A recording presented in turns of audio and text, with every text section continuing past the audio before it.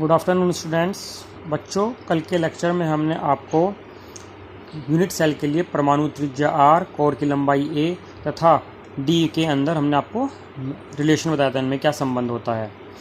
तो उसके लिए हमने एक टेबल बनाई थी और फिर इस पर आधारित हमने कुछ आंकिक प्रश्न किए थे।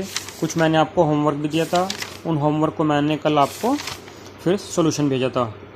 तो आज हम इस टॉपिक को आगे बढ़ाते हैं। आज हमारा टॉपिक है संकुलन क्षमता यानी पैकिंग एफिशिएंसी।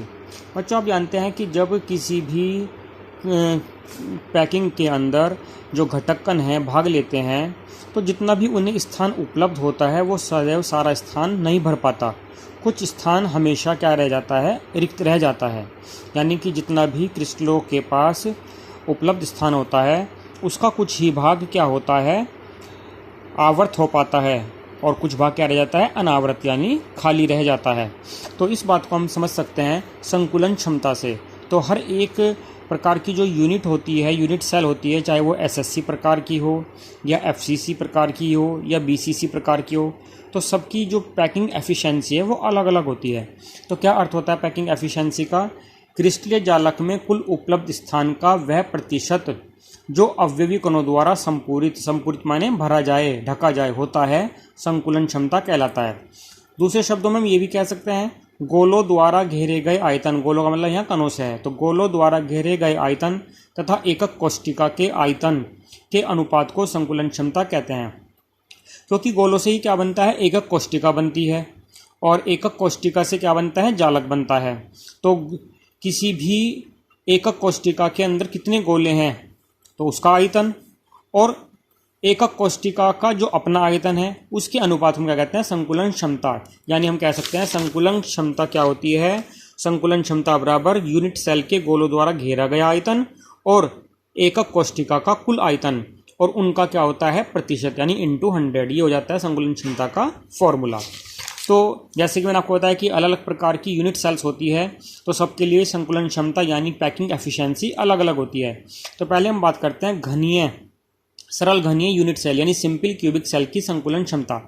आप जानती हैं एक सिंपल क्यूबिक सेल वो सेल होता है जिसमें केवल घटककण क्या होते हैं, केवल उसके कोनों पर ही उपस्थित होते हैं, कोनों के अतिरिक्त कहीं भी घटककण उपस्थित नहीं होते।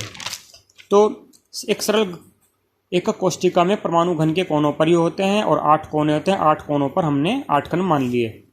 माना सरल घनीय एकक कोष्ठिका की भुजा की लंबाई कितनी है, a, यानी कोर की लंबाई। गोलों यानी कण की त्रिज्या कितनी होती है, r, और चूंकि गोले एक दूसरे को स्पर्श करते हैं अतः a बराबर क्या हो जाएगा, 2r। आप यहाँ देख सकते हैं कि यदि हम इन चारों कणों को ऊपर से, इसको ऊपर से देखें तो ऊपर से हमें ऐसे दिखाई देगा क्योंकि जो कोनों के कण होते हैं वो आपस में स्पर्श करते हैं।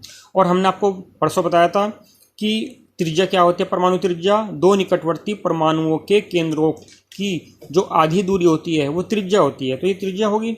और हमने ये भी बताया था कि जो पूरी यहाँ से यहाँ तक की एक कण से दूसरे कण तक की जो दूरी होती है वो उसकी कोर होती है, कोर की लंबाई होती है।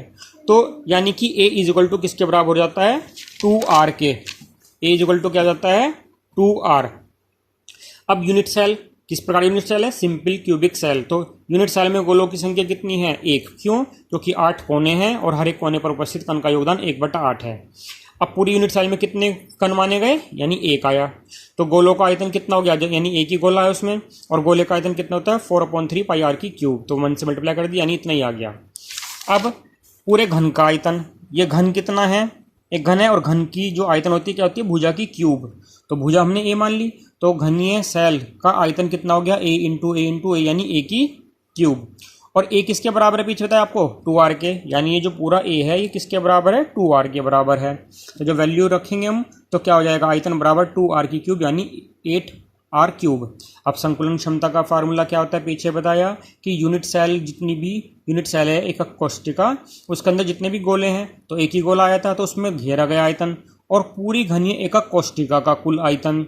तो घनीय एकक कोष्ठिका को कुल आयतन आया इतना और गोलों का आयतन कितना आया, 4/3 πr³। बस अब हम इसको कर लेंगे।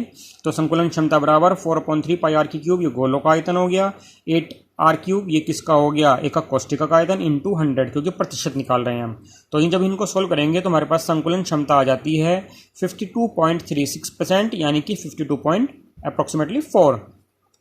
तो हमें ये पता चलता है कि जब भी जालक सरल घनीय एकक कोष्टिका यानी कि सिंपल क्यूबिक सेल से बनता है तो उस समय वो एकक कोष्टिकाएं उन्हें जितना भी उपलब्ध स्थान मिलता है उसका केवल 52.4% भाग ही वो घेरती हैं, जबकि उस उपलब्ध स्थान का 47.6% भाग क्या रह जाता है, खाली रह जाता है। यानी कि सिंपल क्यूबिक सेल से बनी पैकिंग एफिशिएंसी कितनी होती है, केवल 52.4 होती है। तो ये आपको समझ में आया होगा।